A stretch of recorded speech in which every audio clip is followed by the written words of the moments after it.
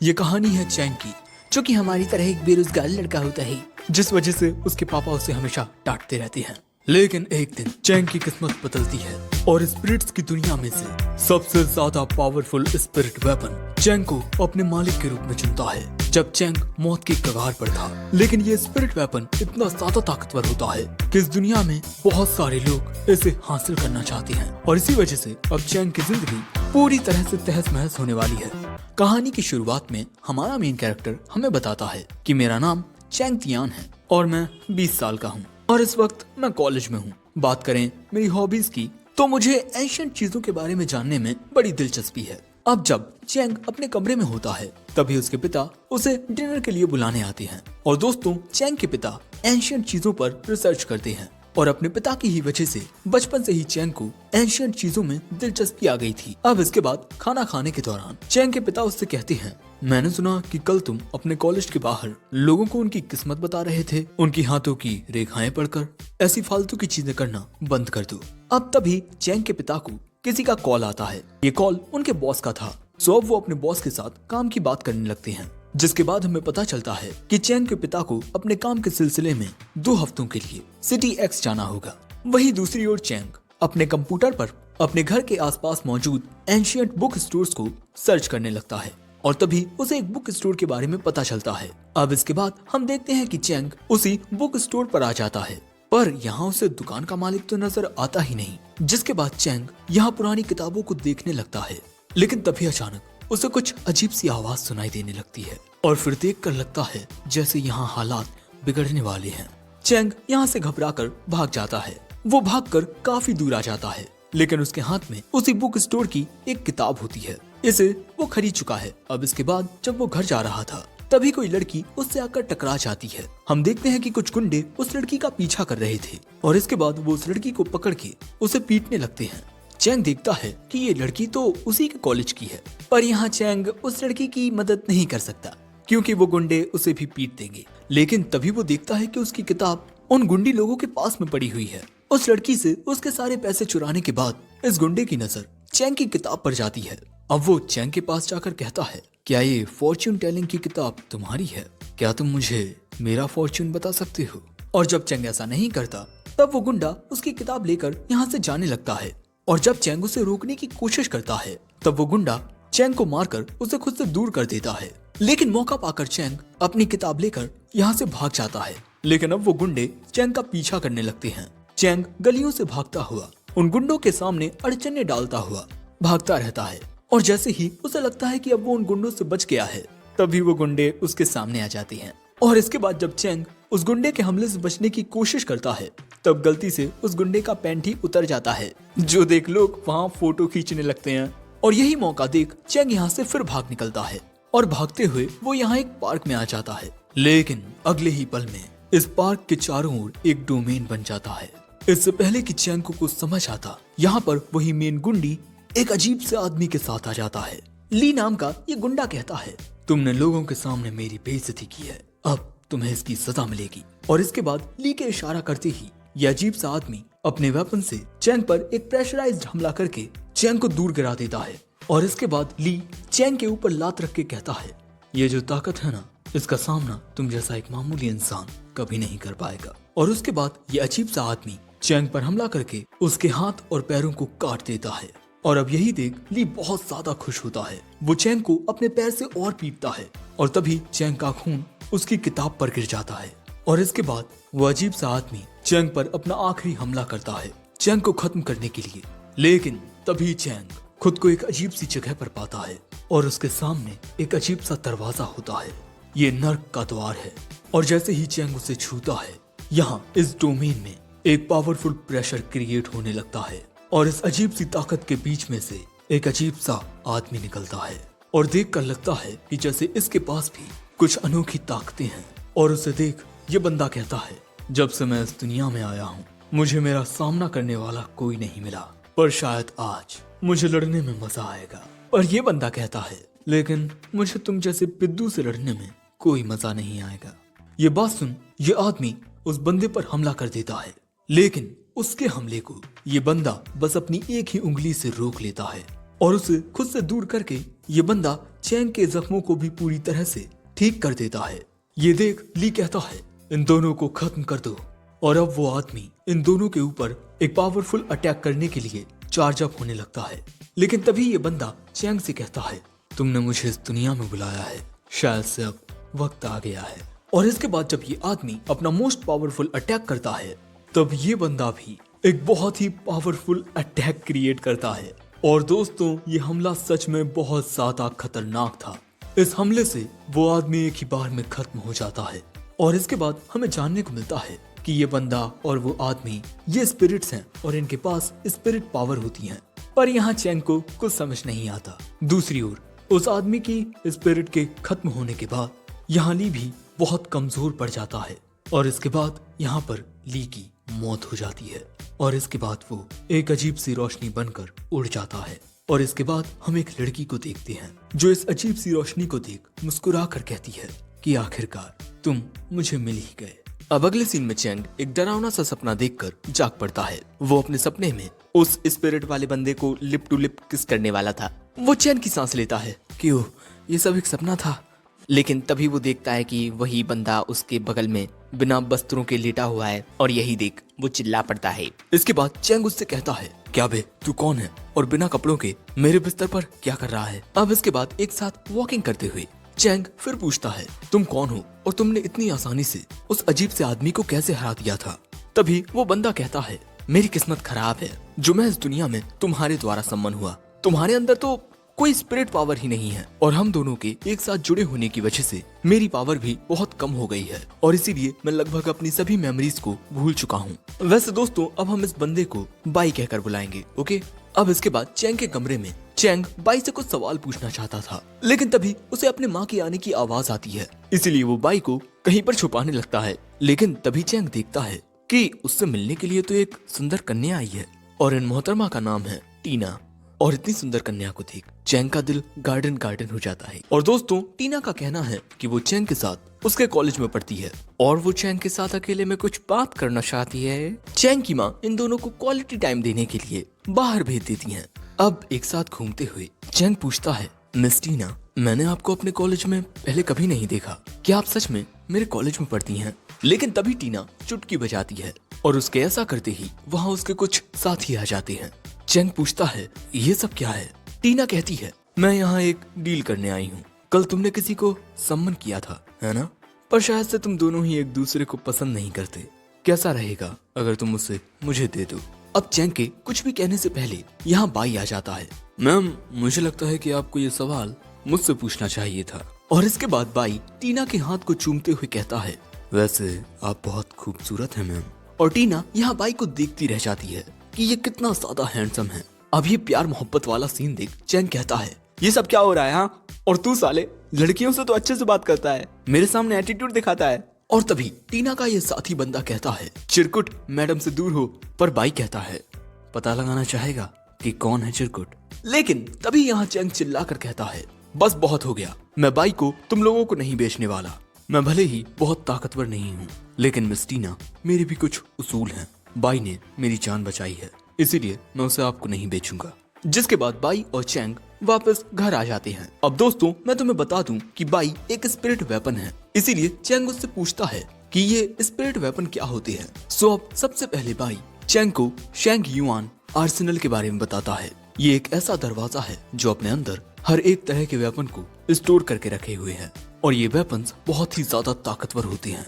यहाँ तक कि कुछ तो होली वेपन्स होते हैं और इन वेपन्स को 4 लेवल्स में बांटा गया है, heaven, earth, dark and yellow. और इस दुनिया में बस कुछ खास लोग ही उस दूसरी दुनिया से इन वेपन्स को सम्मन कर सकते हैं और उनका वेपन इन 4 लेवल्स में से एक का होगा। लेकिन पुरानी दंत कथाओं के अनुसार इन 4 लेवल्स के अलावा भी एक और हायर लेवल एग्जिस्ट करता है। और क्योंकि मैं इतना ज्यादा हैंडसम और पावरफुल हूँ तो मैं एक होली वेपन हूँ, पर क्योंकि तुम जैसे एक फुद्दू ने मुझे सम्मन किया है इसीलिए जो मेरी ताकतें हैं वो कहीं ना कहीं अब भी बंदिशों में बंधी हुई हैं। और लेवल 1 पर होने के बावजूद भी मैं सिर्फ लेवल 3 के जितना ही इस वक्त अपनी पावर्स को यूज कर सकता हूँ। और जो लोग इन स्पिरिट वेपन्स का यूज कर पाते हैं उन्हें स्पिरिट वॉरियर्स कहा जाता है। दोस्तों एक स्पिरिट वॉरियर वो होता है जो इस दुनिया में स्पिरिट पावर के साथ पैदा होता है। और प्राचीन काल से ही ऐसा होता आया है कि जो स्पिरिट वॉरियर्स हैं वो ऊंचे खानदान में पैदा होते हैं, जैसे कि मिस टीना का खानदान। इसीलिए मिस टीना को ये समझ नहीं आता कि एक फुद्दू से परिवार में पैदा हुआ एक फुद्दू सा लड़का आखिर उसके पास स्पिरिट पावर कैसे है। साथ ही टीना ने बचपन से ही इन स्पिरिट वेपन्स को कंट्रोल करने के लिए बहुत खतरनाक वाली प्रैक्टिस की है, ताकि एक दिन वो टियान गैंग ट्रायल में पार्टिसिपेट कर सके। दोस्तों, ये एक ऐसा ट्रायल होता है जिसमें स्पिरिट वॉरियर्स अपने वेपन्स के साथ एक दूसरे से मुकाबला करते हैं, और जो भी इस ट्रायल का विनर होता है उसकी हर एक ख्वाहिश को पूरा किया जाता है। इसीलिए बाई यहाँ कहता है, कैसा रहेगा अगर तुम भी इस ट्रायल में हिस्सा लो। दूसरी ओर टीना भी इस ट्रायल को जीतना चाहती है, और इसीलिए वो जितना हो सके उतने स्पिरिट वेपन्स को कलेक्ट कर रही है, और इसीलिए वो चैंग के वेपन को भी हासिल करना चाहती है। और इसके बाद मिस टीना चैंग का जीना दुश्वार कर देती है। वो एकदम तिगड़म उड़न खटोला करती है, यहाँ तक कि चारों ओर उसके पोस्टर भी बंटवाती है कि मेरे साथ रातें गुजारने के बाद इसने मुझे छोड़ दिया, प्लीज इसे इसके कर्मों की सजा दो। बेचारे चैंग का जीना दुश्वार हो जाता है, और इसके बाद अब वो मिस टीना के साथ एक मीटिंग करता है। मैडम, क्या आपको अब तक समझ नहीं आया? मैं बाई को नहीं बेचना चाहता। बाई सिर्फ मेरा वेपन नहीं, मेरा दोस्त भी है, और इसके अलावा मैं भी तियान गैंग ट्रायल में हिस्सा लेने वाला हूँ, और वहाँ वही जीतेगा जिसमें ज्यादा ताकत होगी। और जितना ताकतवर बाई है मुझे पूरा यकीन है हर मुकाबले में वही जीतेगा। यहाँ पर टीना को बहुत ज्यादा गुस्सा आता है, क्योंकि इस ट्रायल के लिए वो बचपन से मेहनत करती आ रही है, और ये फुद्दू सा लड़का ऐसे ही आकर ट्रायल में जीत जाएगा। इसीलिए वो चैंग से कहती है, तुम जैसा फुद्दू सा लड़का उस ट्रायल में जरा भी नहीं टिक पाएगा, क्योंकि वो जिंदगी और मौत का खेल होता है। इसीलिए तुम्हें चुपचाप अपना वेपन मुझे दे देना चाहिए। पर बेचारा चैंग बचपन से ही उस पर किसी को भी यकीन नहीं था, उसके खुद के पिता तक को भी नहीं, कि वो अपनी जिंदगी में कुछ कर पाएगा। चैंग कहता है, मैडम, अगर तुम्हें अपनी काबिलियत पर इतना ज्यादा यकीन है तो मुझसे बाई को क्यों खरीदना चाहती हो? लेकिन अब टीना का माथा सटक जाता है। वो वहाँ एक डोमेन क्रिएट कर देती है, और अब बस समझ जाओ कि यहाँ पर लड़ाई होने वाली है। और मिस टीना के पास दो वेपन्स हैं, एक ये लड़की और एक ये लड़का। तो अब उनसे लड़ने के लिए यहाँ बाई भी अपने फॉर्म में आ जाता है, और इसके बाद बाई एक साथ टीना के दोनों वेपन से लड़ने लगता है, और वो उन दोनों को ही कड़ी टक्कर दे रहा था। और यही देखकर टीना समझ जाती है कि ये स्पिरिट वेपन अर्थ लेवल का होगा। आखिर इतना ज्यादा ताकतवर वेपन उस फुद्दू के पास कैसे? लेकिन एक मिनट, उन दोनों से एक साथ लड़ने के बावजूद भी उसके चेहरे पर जरा सा भी डर नहीं दिख रहा। दोस्तों, मिस टीना के ये दोनों वेपन्स हेवन लेवल के हैं, इसीलिए चैंग को यहाँ बाई की थोड़ी चिंता होने लगती है, क्योंकि इस वक्त बाई अपनी पूरी ताकत का इस्तेमाल भी नहीं कर सकता है।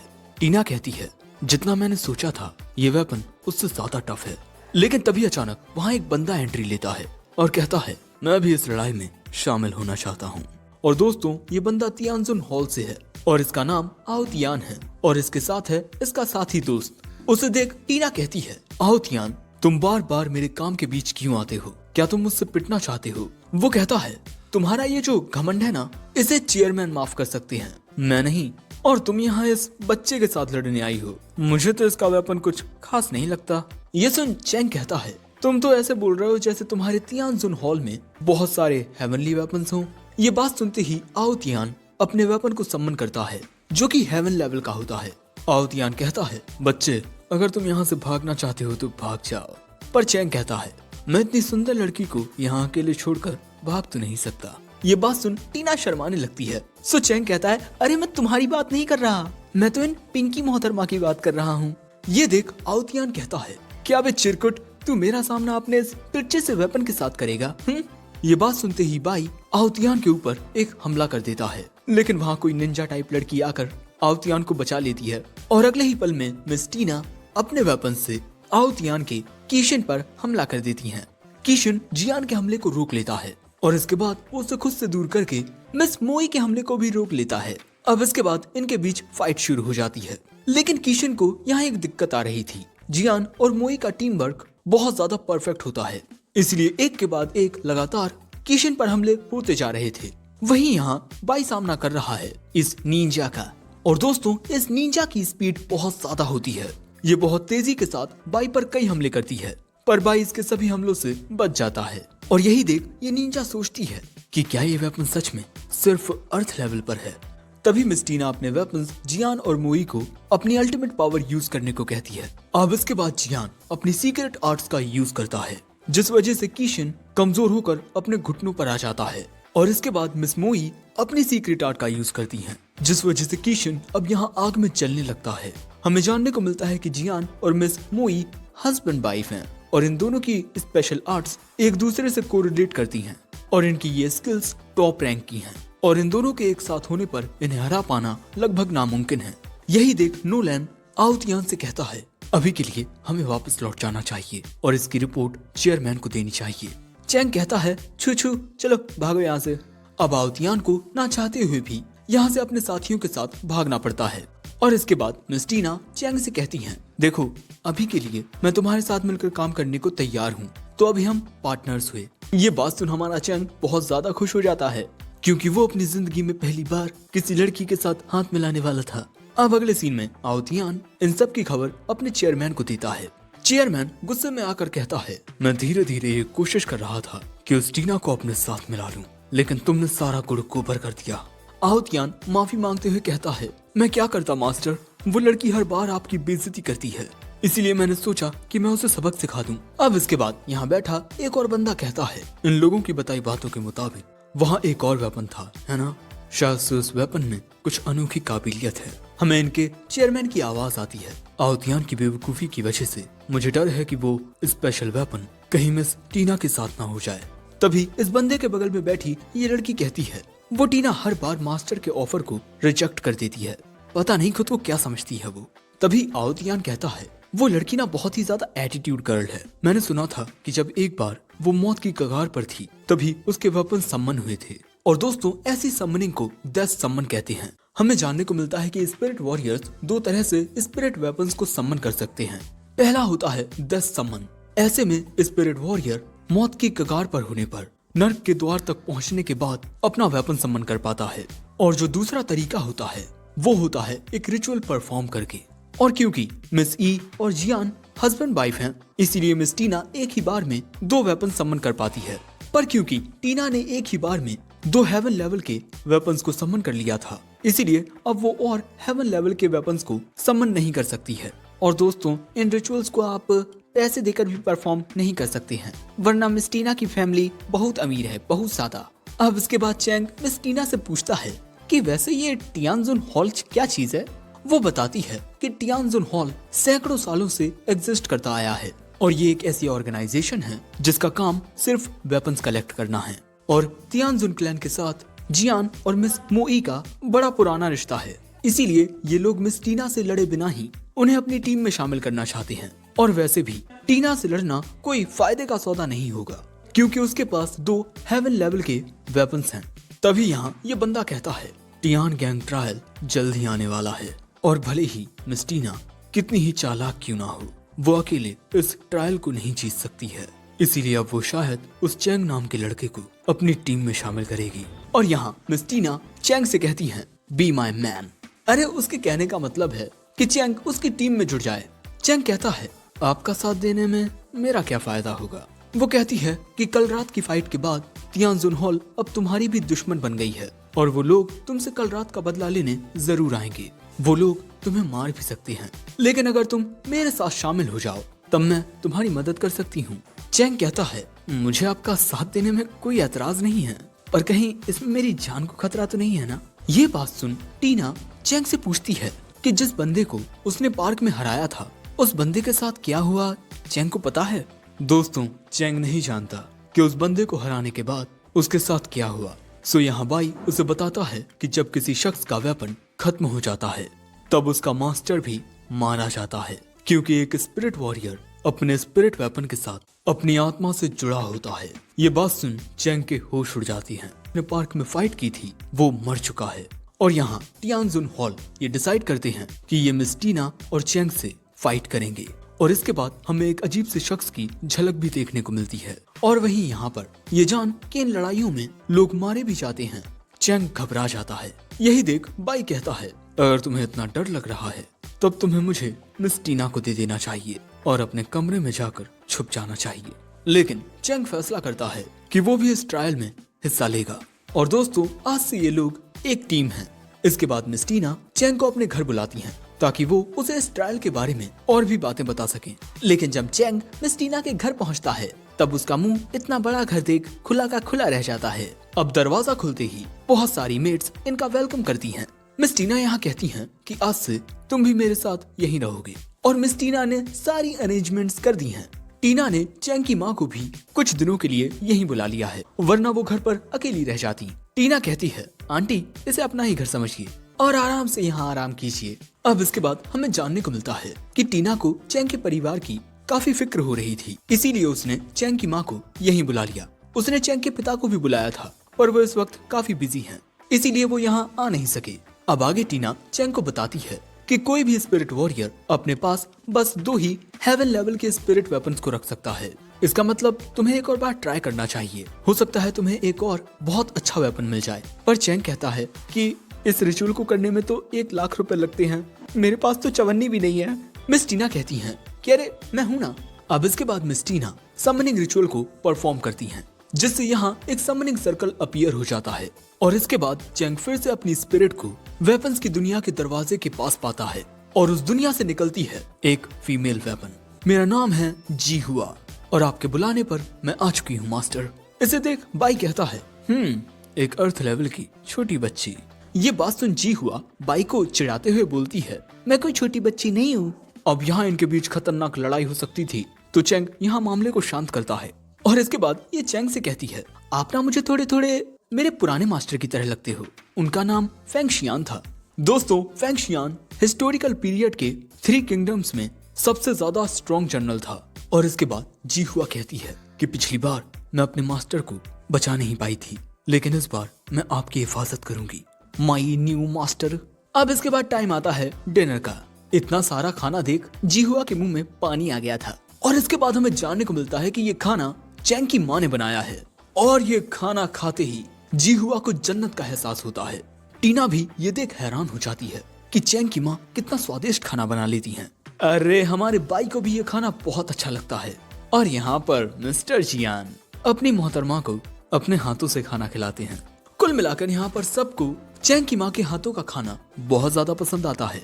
अब डिनर के बाद हम देखते हैं कि बाई और जीहुआ के बीच इस बात को लेकर बहस हो जाती है कि नूडल्स ज्यादा अच्छे थे या फ्राइड फिश। अब तभी यहाँ पर 3 अलग वेपन्स आते हैं। इन्हें देख जीहुआ कहती है कि अरे तुम तीनों तो वही हो ना जिनके साथ पिछली बार मैंने एक बहुत लंबी लड़ाई की थी। और इसके बाद ये लोग एक दूसरे को ग्रीट करते हैं और हमें जानने को मिलता है कि ये 3 वेपन्स भी मिस टीना के ही हैं। लेकिन यहाँ इन दोनों स्त्रियों के बीच फाइट होने लगती है। सो चैंग यहाँ पर जीहुआ को पकड़ लेता है, जिसके बाद बेचारी कुछ कर ही नहीं पाती। अब इसके बाद एक मेड आकर कहती है कि अब आपको नहा लेना चाहिए। अब इसके बाद हम एक हॉट स्प्रिंग में मिस टीना को नहाते हुए देखते हैं। मिस टीना यहाँ पर हॉट स्प्रिंग में आकर बैठ जाती हैं और यहाँ मिस टीना के दिमाग में बस चैंग की ही बातें चल रही हैं कि तभी वहाँ पर चैंग और बाई आ जाते हैं। इसीलिए मिस टीना को पानी के अंदर छुपना पड़ता है और फिर वो दोनों सीधा हॉट स्प्रिंग में आ जाते हैं और यहाँ तक कि चैंग मिस टीना के सिर पर बैठ जाता है, जिस वजह से टीना को बहुत ज्यादा गुस्सा आने लगता है। लेकिन तभी ये दोनों उठकर यहाँ से नहाने के लिए जाने लगते हैं। पहले ये दोनों अपनी बॉडी साफ करेंगे, उसके बाद हॉट स्प्रिंग में नहाने के लिए आएंगे। इसी दौरान मौका देखकर मिस टीना बाहर निकल आती हैं और फैसला करती हैं कि वो एक दिन चैंग का खेल खत्म कर देंगी, क्योंकि आज चैंग ने बहुत बड़ी गुस्ताखी कर दी है।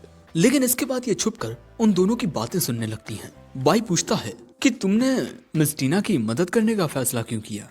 वो कहता है, यार इतनी प्यारी लड़की को कुछ टुच्चे से आदमी परेशान कर रहे थे। एक मर्द होने के नाते आखिर मैं ये कैसे अनदेखा कर सकता था। और इसके अलावा वो दिल की काफी अच्छी है, वो मेरे अलावा मेरे परिवार की भी परवाह करती है, बस इसीलिए मैं उसकी मदद करना चाहता था। बाई कहता है, मिस टीना को तुम्हारी ये बात सुनकर बहुत अच्छा लगेगा। चैंग कहता है कि पागल है क्या, उसके सामने मैं कभी कुछ बोल ही नहीं पाऊंगा।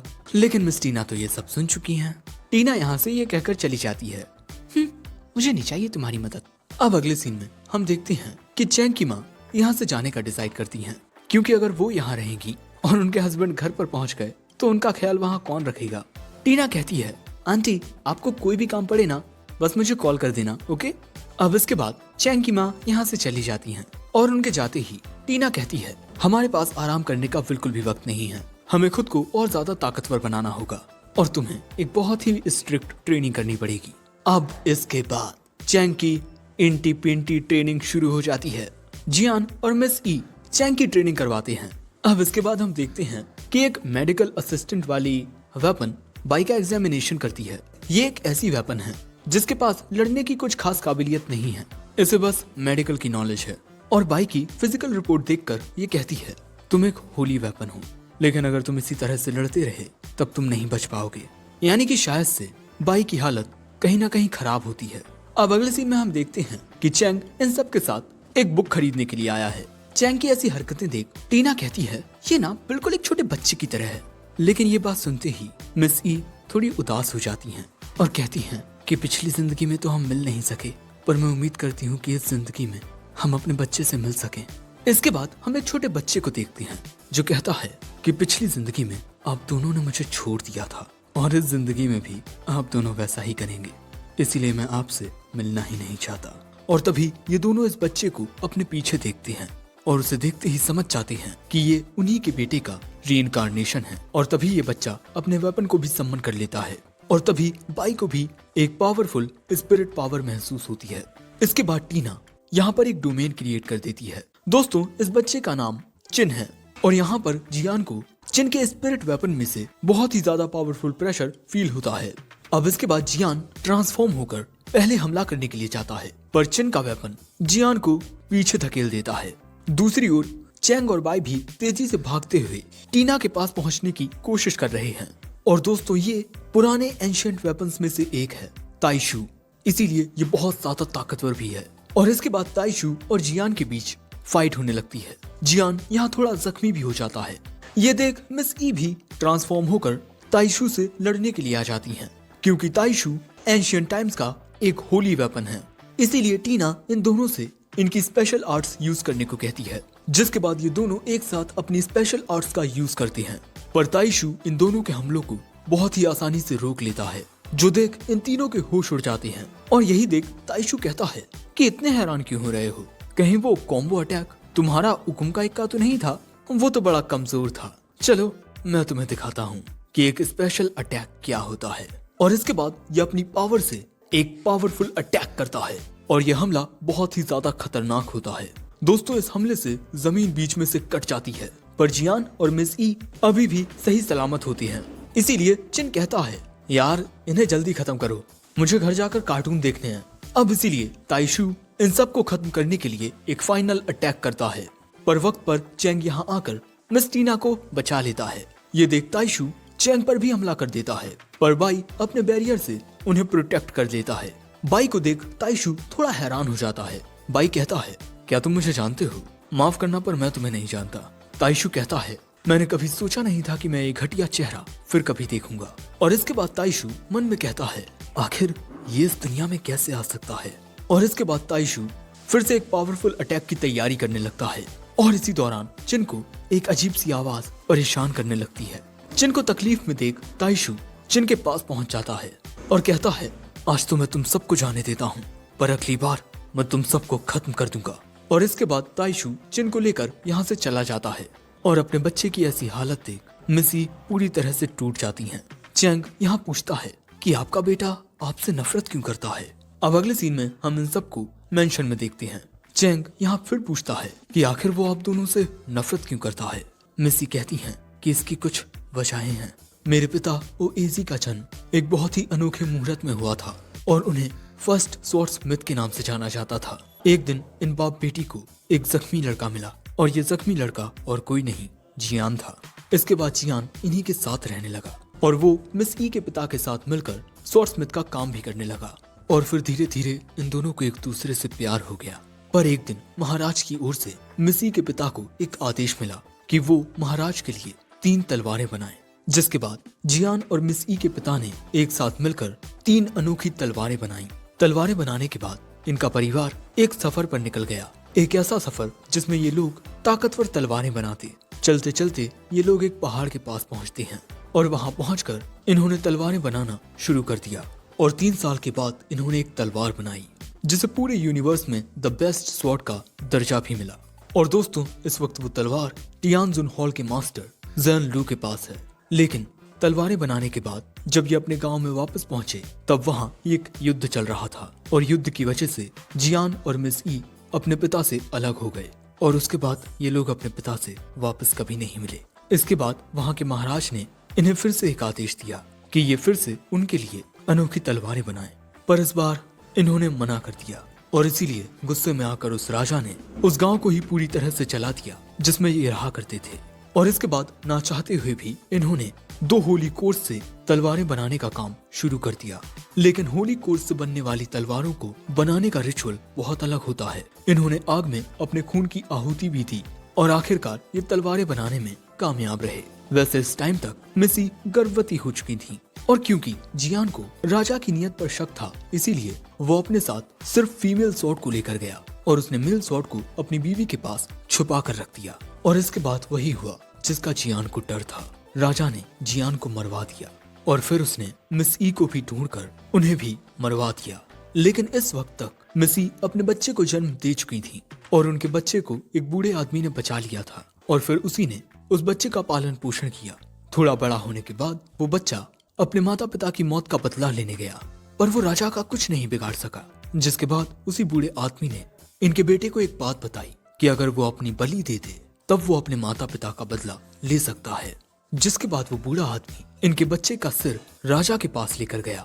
ये देख राजा बहुत ज्यादा खुश हुआ, लेकिन अगले ही पल में ना जाने क्या हुआ। उस कटे हुए सिर ने अचानक से राजा की गर्दन पर वार किया और अपने दांतों से उसके गले की नस पर वार करके राजा को खत्म कर दिया। और फिर उस बूढ़े आदमी ने इनके बच्चे और राजा के सिर को और साथ ही अपने सिर को काटकर एक घड़े में डाल दिया। और क्योंकि अब ये तीनों एक साथ मरे थे इसीलिए इन तीनों की आत्माएं आपस में मिक्स हो गईं और फिर चिन के रूप में रीइंकार्नेट हुई।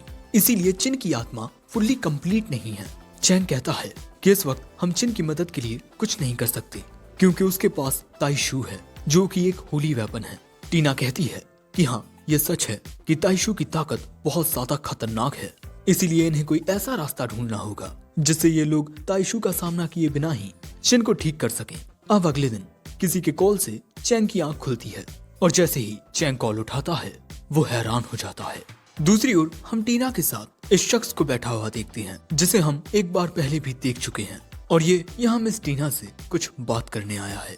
इसके पास कुछ जानकारी है जो मिस टीना के लिए बहुत फायदे की साबित हो सकती है। वहीं हम चैंग को उसके पिता के साथ देखते हैं। दोस्तों चैंग को वो कॉल उसके पिता ने ही किया था और उसके पिता यहाँ कहते हैं तुम्हारी माँ से मुझे पता चला, तुम्हें नहीं लगता कि तुम्हें ऐसी बचकानी हरकतें नहीं करनी चाहिए, तुम्हें अपने घर में रहना चाहिए ना कि किसी अमीर बाप की लड़की के साथ। दोस्तों कुल मिलाकर चैंग के पिता यहाँ उसे डांट रहे हैं। अब बाहर आकर चैंग इन्हें अपना दुखड़ा सुनाता है। अरे मेरे पापा तो कुछ समझते ही नहीं यार, उन्हें समझ नहीं आता कि मैं कॉलेज में आ गया हूँ, वो तो मुझे किसी छोटे बच्चे की तरह डांटते हैं।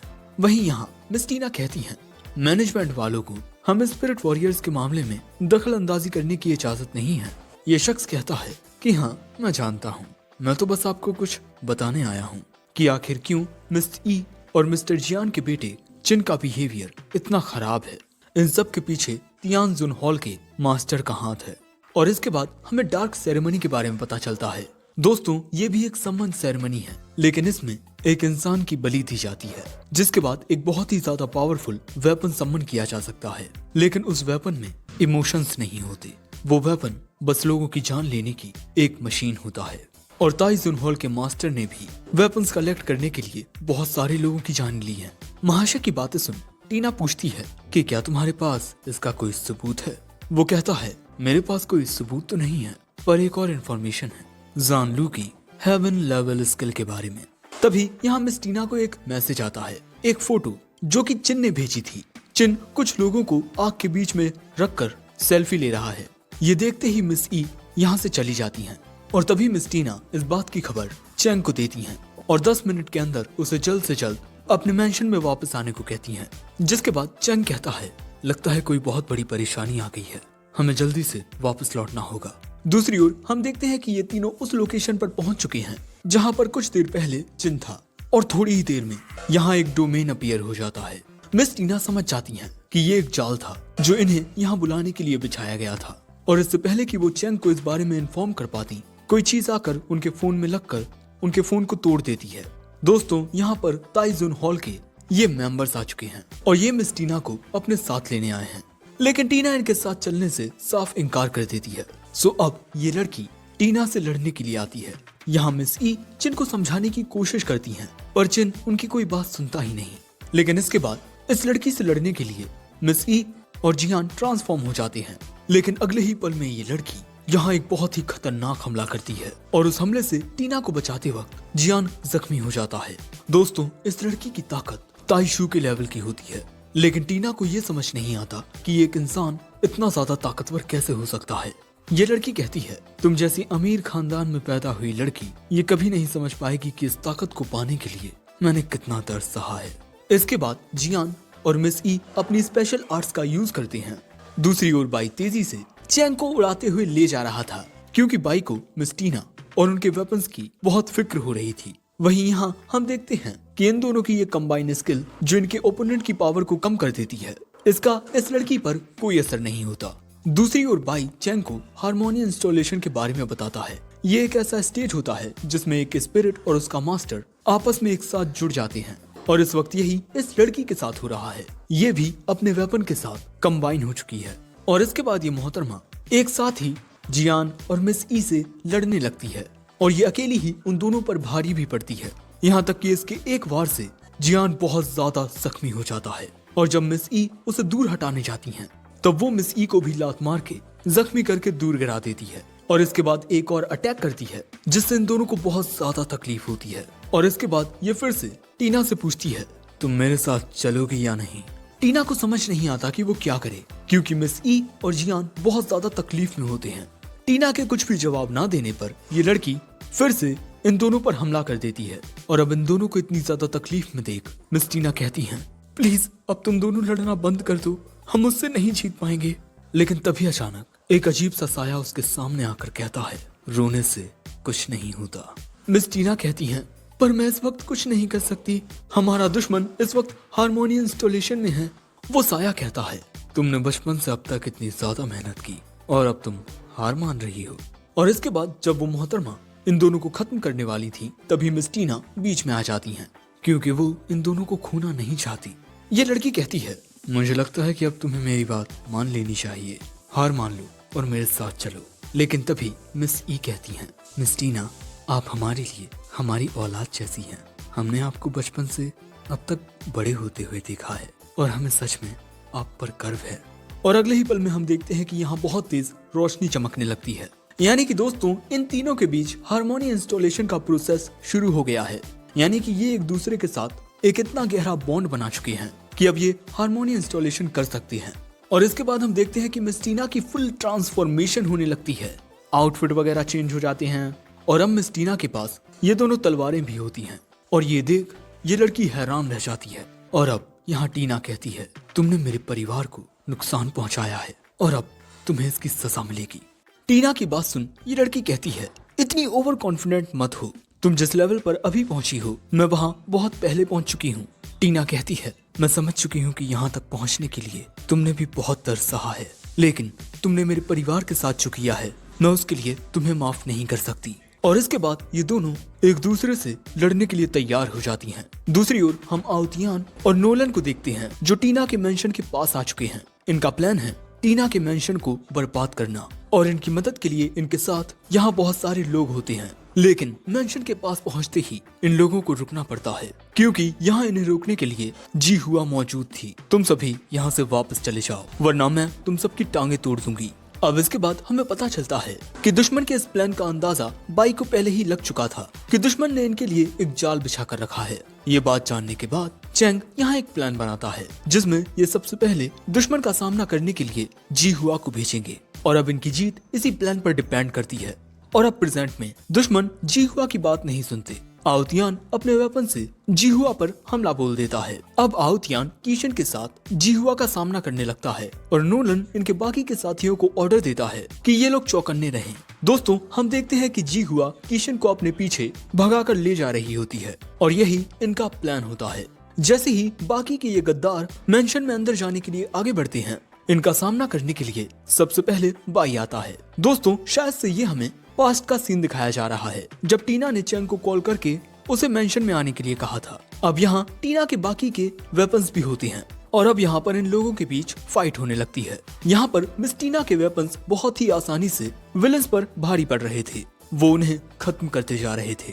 और तभी यहाँ बाई अपनी पावर का यूज करके बहुत सारे एनिमीज को एक ही बार में खत्म कर देता है।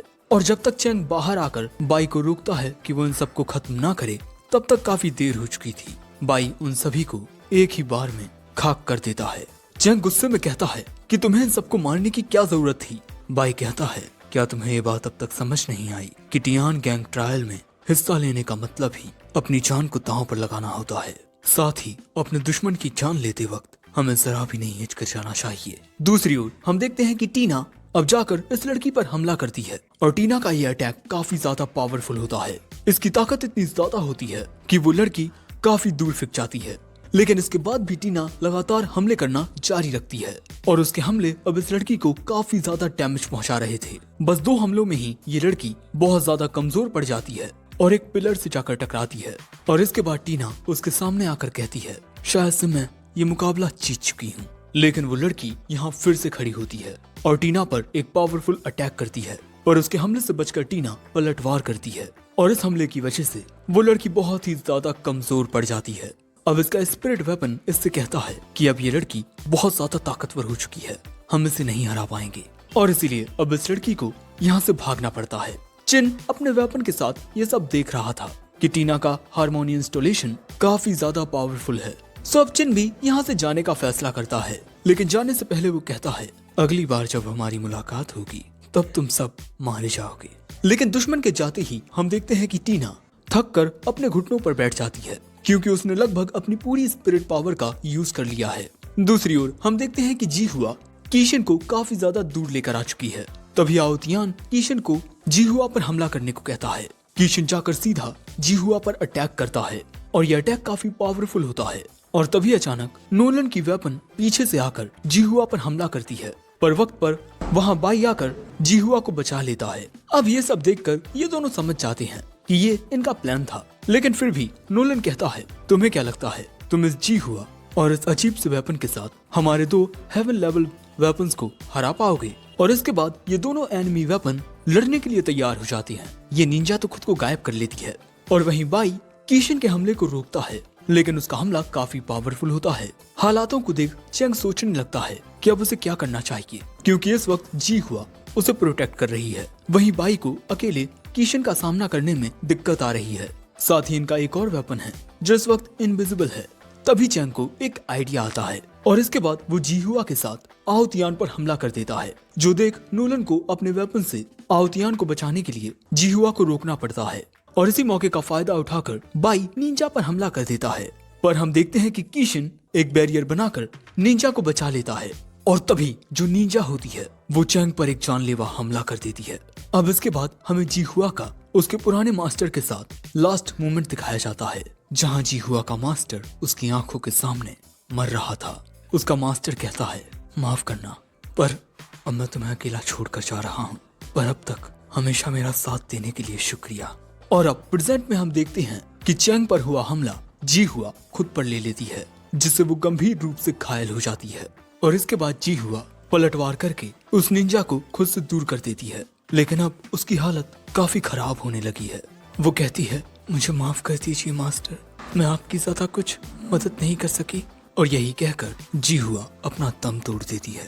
और इसके बाद आमने सामने बचे हैं सिर्फ बाई और कीशन। अगले ही पल में कीशन अपनी तेज रफ्तार के साथ बाई पर हमला कर देता है और बाई उसके तेज हमलों से खुद को जैसे तैसे बचा पाता है।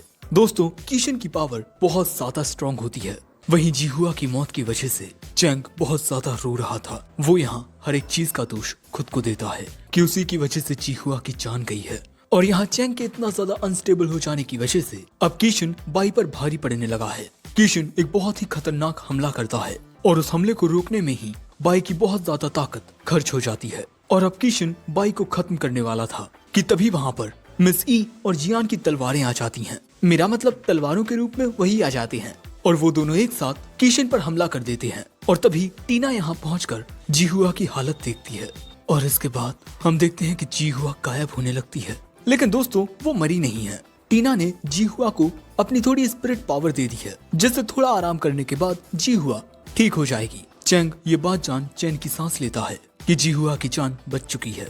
और इसके बाद हमें जानने को मिलता है कि दुश्मनों का सामना करने के बाद मिस टीना के बाकी के वेपन्स उनकी मदद के लिए उनके पास पहुंच चुके थे और उन्हीं की मदद के जरिए मिस टीना अपनी पावर को रिकवर करके यहाँ पर पहुंच सकी है।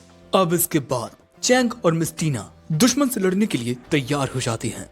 इसके बाद जियान और मिस ई जो कंबाइन अटैक करते हैं, उससे कीशन थोड़ा कमजोर पड़ जाता है और इतनी ही देर में बाई भी फिर से लड़ने के लिए खड़ा हो जाता है। हालातों को बिगड़ता हुआ देख आओतियान का दिमाग खराब होने लगता है और वो इस बार भागने से मना कर देता है और इस बार आओतियान अपनी स्पेशल आर्ट का यूज करेगा और इसके बाद आओतियान बिल्कुल ऐसा ही करता है और उसके ऐसा करते ही कीशन की पूरी पावर रिकवर हो जाती है। उसका ऑरा और भी ज्यादा पावरफुल हो जाता है और इसके बाद जब मिस ई और जियान उस पर हमला करते हैं तब वो उनके हमलों को बहुत ही आसानी से रोक लेता है। मिस टीना भी ये देख हैरान हो जाती है कि आखिर इसकी ताकत इतनी ज्यादा कैसे बढ़ गई। तभी चैंग मिस टीना को आसमान में देखने को कहता है। आसमान में कुछ अजीब से सितारे चमकते हुए नजर आते हैं। चैंग कहता है हमें इसे जल्द से जल्द रोकना होगा वरना कुछ बहुत ही गलत हो सकता है। लेकिन तभी हम देखते हैं कि कीशन अपनी पावर को इंक्रीज कर लेता है और आसमान में जो सितारे अजीब ढंग से चमक रहे थे उनके साथ कीशन की पावर रीजनरेट होती है और अब कीशन यहाँ एक बहुत ही ज्यादा पावरफुल अटैक तैयार करने लगता है। एक ऐसा हमला जिसमें उसके सारे दुश्मन मारे जाएंगे। दोस्तों ये एक ऐसा अटैक है जिसका यूज कीशन सिर्फ रात के वक्त कर सकता है क्योंकि इस हमले के लिए सितारों का होना बहुत जरूरी है और इस हमले का कोई तोड़ नहीं है। और इसके बाद कीशन अपना ये अल्टीमेट अटैक करता है। बाई इस हमले को सीधा अपने हाथों से रोकने की कोशिश करने लगता है पर ऐसा करने में उसे बहुत ज्यादा दिक्कत आ रही थी। ये देख चैंग भी सोचने लगता है कि उसे बाई की मदद के लिए क्या करना चाहिए और अगले ही पल में वो अपने हाथ को काट कर बाई की ओर भागता है। और इसके बाद हम इन दोनों को बाई के इनर स्पेस में देखते हैं। बाई कहता है तुम जो करने का सोच रहे हो ऐसी सिचुएशन में तुम्हारी जान भी जा सकती है। लेकिन चैंग कहता है मैं अपने दोस्तों को बचाने के लिए अपनी जान खतरे में डालने के लिए तैयार हूँ। ये बात सुन बाई कहता है कि जैसा तुम कहो। अब इसके बाद हम देखते हैं कि बाई कीशन के अटैक पर काउंटर अटैक करने लगता है जो देख कीशन अपनी पावर को और बढ़ाता है जिस वजह से चैंग और बाई दोनों को ही अब दिक्कत होने लगती है। लेकिन अब यहाँ बाई एक सीक्रेट टेक्निक का यूज करता है और ये टेक्निक बहुत ही आसानी से कीशन के पावरफुल अटैक को न्यूलिफाई कर देती है और उसके ऐसा करते ही चैंग कमजोर होकर गिर पड़ता है जो देख टीना चैंग की ओर जाने की कोशिश करती है पर मिस ई उसे रोक लेती हैं। और इसके बाद हम देखते हैं कि बाई कीशन के अटैक को उसी की ओर फायर कर देता है और अपना खुद का हमला लगने की वजह से कीशन यहाँ हार जाता है। अब ऐसी सिचुएशन को देख आओतियान को नोलन के साथ यहाँ से भागना पड़ता है और अगले ही पल में मिस टीना तुरंत चैंग के पास आती हैं पर चैंग बेहोश हो चुका है। दूसरी ओर ये दोनों वहाँ से भागकर थोड़ी दूर आ जाते हैं। आओतियान यहाँ काफी गुस्से में होता है क्योंकि अपनी जान बचाकर भागना पड़ा है। नोलन उसे समझाता है कि इस वक्त सिचुएशन बहुत ज्यादा खराब है इसीलिए इन्हें हर एक फैसला सोच समझ कर लेना होगा। पर अगले ही पल में कोई नोलन के पीछे आ जाता है और इसके बाद वो उसे मार देता है। आओतियान की आंखों के सामने उसका दोस्त मारा जाता है और उसके होश ये देखकर उड़ जाते हैं कि ऐसा करने वाला बाई होता है। तो दोस्तों ये बाई असल में है कौन और क्या अब चैंग की